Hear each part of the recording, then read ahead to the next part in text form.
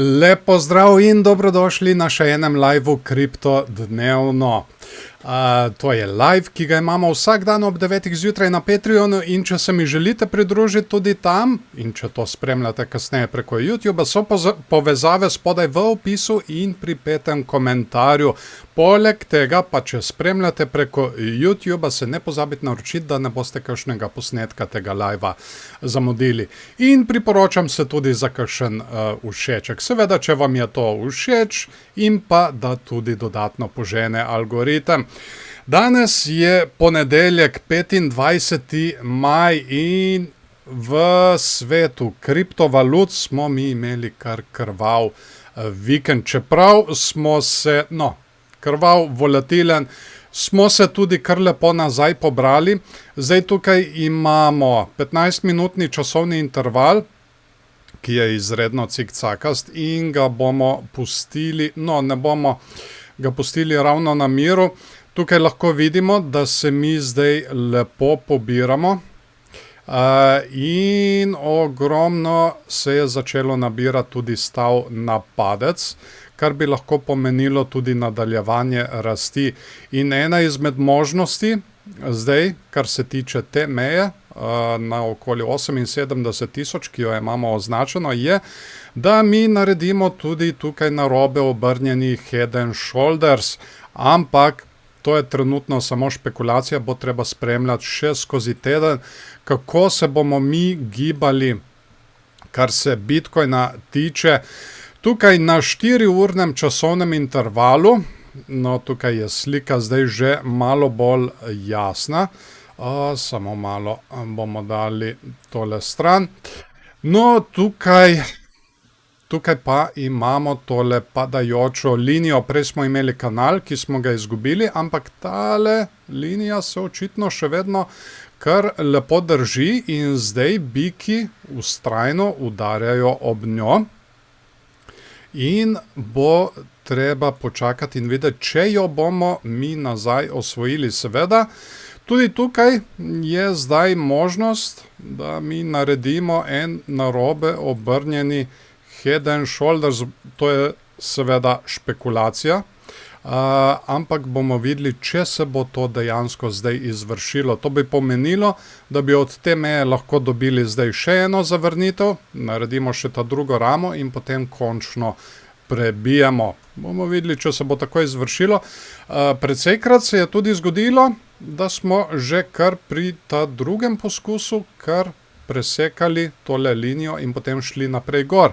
Zdaj, če mi gremo naprej gor, imamo tukaj ta prvo likvidnostno območje na okoli 78.000, ki se ujema tudi s tistim območjem na 15-minutnem časovnem grafu. In seveda, tukaj je še ogromno likvidnosti na okoli 82.000, kot bomo videli kasneje. Kaj se je zdaj dogajalo čez vikend? Mi smo bili zavrnjeni od te meje in šli smo pobirati dol tole likvidnost na 74.800. Poglejte to, točno do te likvidnosti smo prišli, ki smo jo označili.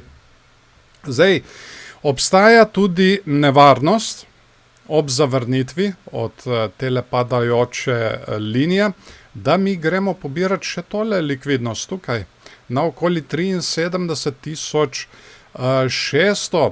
Bomo videli, kako se bo tole vse izteklo. Zdaj, kar se tiče dolgih, kratkih pozicij, tukaj vidimo ogromno kratkih pozicij na Bitcoinu na 4-urnem časovnem intervalu, in likvidnostno območje je tukaj, kot smo ga označili, na tam nekje 78.600. Je pa Ethereum še vedno izredno v preprodanem območju. To bo treba še paziti, kar bi lahko pomenilo nadaljevanje padanja. Tukaj imamo vrh in pa nižji vrh v gibanju cene. To imamo že nekako označeno s tole linijo. Medtem ko tukaj pri RSI-ju pa imamo vrh in pa vrh na nekje isti višini, če ne celo malo višji. In to bo treba paziti. Če ne prebijamo tele linije, lahko pomeni, da bomo padali še naprej dol in naredimo drugo ramo, ali pa gremo pobirati še tole likvidnost na okoli 73.600. Poglejmo likvidnostna območja. Tukaj sem dal na 2 tedna tale graf, da nam bo malo bolj jasno, kaj vse se je dogajalo. To smo vse pobrali s tem zadnjim padcem, tole območje na 75.500 in zdaj trenutno ni nič kaj dosti spodaj. Imamo pa kar precej likvidnosti tukaj zgoraj, vseh tistih, ki so stavili na padec. In ja, to je točno območje 78.200 in pa to območje, na katerega zdaj že kar nekaj časa poudarjam, na tam nekje 82.700. Tako da, če zdaj slučajno pride do preobrata v trendu, bi mi lahko šli pobirati zgoraj ta likvidnostna območja in če jih gremo pobirati, bi lahko šli tudi še naprej, da do konca zapolnimo tisto CME luknjo, ki smo jo imeli. Poglejmo zdaj še Ethereum. Tudi Ethereum izredno cikcakas tukaj na 15-minutnem časovnem intervalu, ampak glede na ta indikator tukaj vidimo, je kar precej preprodan. Ogromno ljudi stavi na padec in ja, lahko se kar naenkrat preobrne in potem so ti ljudje kaznovani. Ampak, kaj se je dogajalo tukaj čez vikend? Zelo zanimivo. Tukaj imamo tole naraščajočo linijo, za katero sem rekel, da je ne smemo izgubiti in točno to se je zgodilo. Zdaj čez vikend smo jo izgubili in šli pobirati točno to likvidnostno območje na okoli 2000. Zdaj smo se pobrali, to gledamo na 4-urnem časovnem intervalu, smo se pobrali in zdaj spet testiramo tole linijo, ampak tokrat kot odporno mejo. In ja, bo treba spremljati, če bomo slučajno prišli nazaj, gor nad njo. In v tem primeru, ja, bi bilo vsekakor mogoče nadaljevanje rasti. Je pa zelo kritično, če bomo mi zdaj od te linije zavrnjeni, potem lahko brez problema gremo pobirati tudi tole, še to drugo likvidnostno območje na okoli 1960. Tako da to bo treba paziti. Kripto je kar krvavel preko vikenda, medtem ko, kar me pa najbolj jezi, Nasdaq dela nove all-time high. In to bo treba še paziti. Očitno bomo tukaj naredili medvedjo divergenco, sicer to bo treba še opazovati.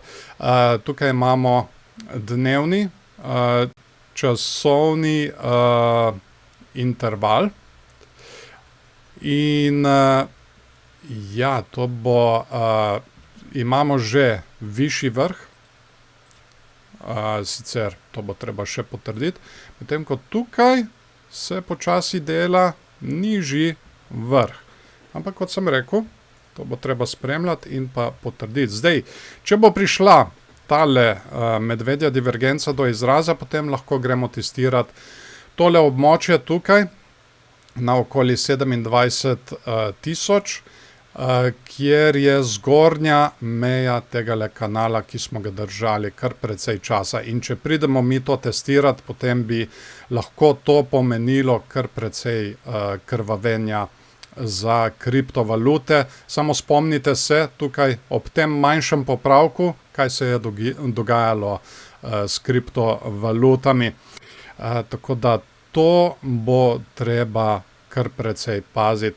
Seveda, če bo še karkoli dodatnega, bom jaz to dodatno obveščal preko Patreona, tako da če se mi želite pridružiti tudi tam, so povezave spodaj v opisu in pripetem komentarju. Poleg tega se pa priporočam tudi za kakšen všeček, če vam je to všeč, in pa da tudi požene algoritem. In pa ne se pozabiti naročiti na moj kanal, da ne boste kakšnega posnetka tega live zamudili. In tako, jaz vam zdaj želim en lep ponedeljek še naprej, en lep začetek tedna in se vidimo ponovno jutri ob 9. zjutraj. Čau, čau.